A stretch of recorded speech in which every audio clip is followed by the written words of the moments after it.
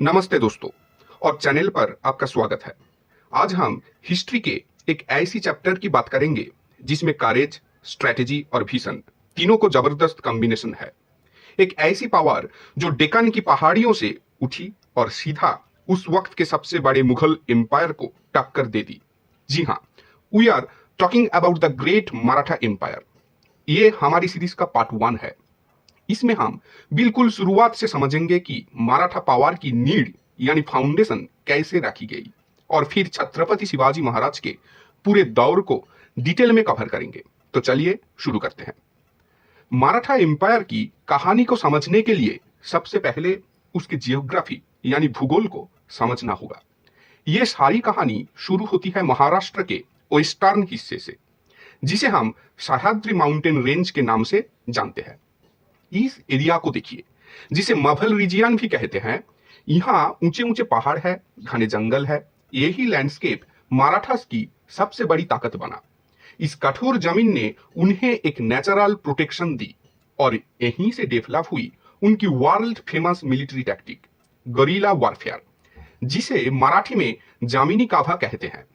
जामिनी काभा का सीधा सा मतलब था दुश्मन से आमने सामने मत लड़ो, उन पर चुप कर तेज हमले करो, उनकी सप्लाई लाइंस काट दो और फिर वापिस पहाड़ों में गायब हो जाओ। कितनी भी बड़ी आर्मी हो, इस टेरेन में आकर कंफ्यूज हो जाती थी। अब जरा उस दौर के पॉलिटिकल सीन पर नजर डालते हैं। नॉर्थ में मुगल एम्पायर का राज था, लेकिन डेक्कन का एरिया 3 बड़ी सुल्तानों में बांटा हुआ था। बीजापुर की आदिल शाही, अहमदनगर की निजाम शाही और गोलकोंडा की कुतुब शाही। ये सुल्तानेट्स आपस में ही लड़ते रहते थे और इनकी आर्मीज में मराठा सरदार्स और सोल्जर्स काफी इंपॉर्टेंट रोल प्ले करते थे। मतलब मराठास एक पावरफुल मार्शियल कम्युनिटी तो थे, बट दे वर स्कैटर्ड। उनके पास अपनी कोई सेंट्रल पावर नहीं थी। इस दौर में महाराष्ट्र में एक सोशल रिवॉल्यूशन भी चल रहा था, द भक्ति मूवमेंट। संत धनेश्वर, तुकाराम जैसे संतों ने आम लोगों की भाषा मराठी में इक्वालिटी और डिवोशन का मैसेज दिया। इससे लोगों में एक कॉमन कल्चरल आइडेंटिटी बनी, जिसे महाराष्ट्र धर्म कहा गया। इसने आगे चलकर पॉलिटिकल यूनिटी के लिए एक सॉलिड बेस तैयार किया। और इन्हीं महाराष्ट्र सरदार्स के बीच एक बहुत पावरफुल नाम था Shahaji Bhosale. He was a brilliant military commander और एक इंपॉर्टेंट जागीरदार, जिन्होंने अहमदनगर और बीजापुर दोनों सुल्तानों के लिए काम किया।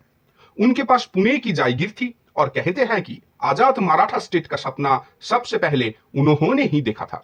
मोस्ट इंपॉर्टेंटली, उन्होंने ही अपने बेटे को वो शुरुआती ट्रेनिंग और प्लेटफॉर्म दिया जिसकी जरूरत इस सपने को सच करने के लिए थी, और उनके बेटे का नाम था छत्रपति शिवाजी महाराज।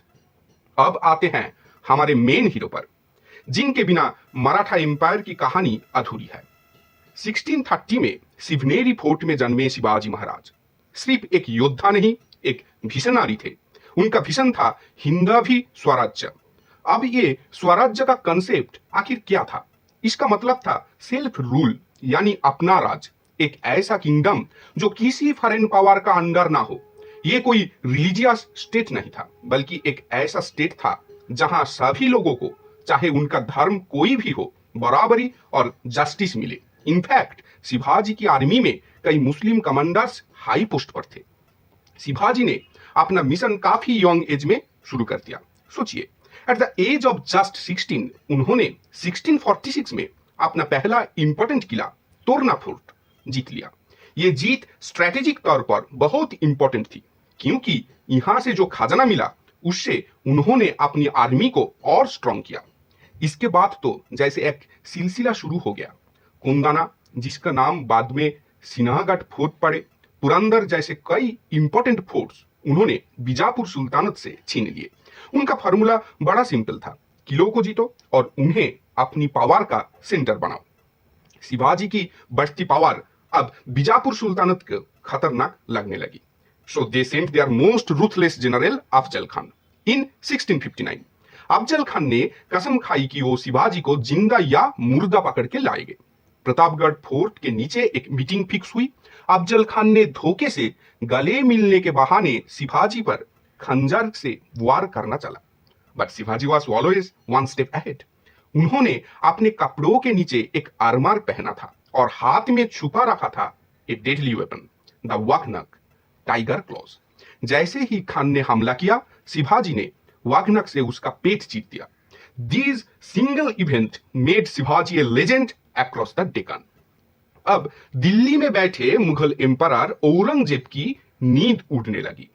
उसने अपने मामा शाइस्ता खान को 1 लाख से भी ज्यादा आर्मी देकर डेक्कन भेजा। शाइस्ता खान ने पुणे पर कब्जा किया और शिवाजी के बचपन के घर लाल महल में आराम फरमाने लगे। यहां शिवाजी ने एक ऐसा डेयरिंग मूव लिया जो किसी ने सोचा नहीं था। अप्रैल 1663 की एक रात शिवाजी अपने कुछ सैनिकों के साथ एक बारात के भेष बनाकर पुणे में दाखिल हुए और सीधा लाल महल पर सरप्राइज अटैक कर दिया। शाइस्ता खान जान बचाकर भागा, लेकिन इस हमले में उसने अपनी 3 उंगलियां गंवा दी। It was a huge psychological blow to the Mughals.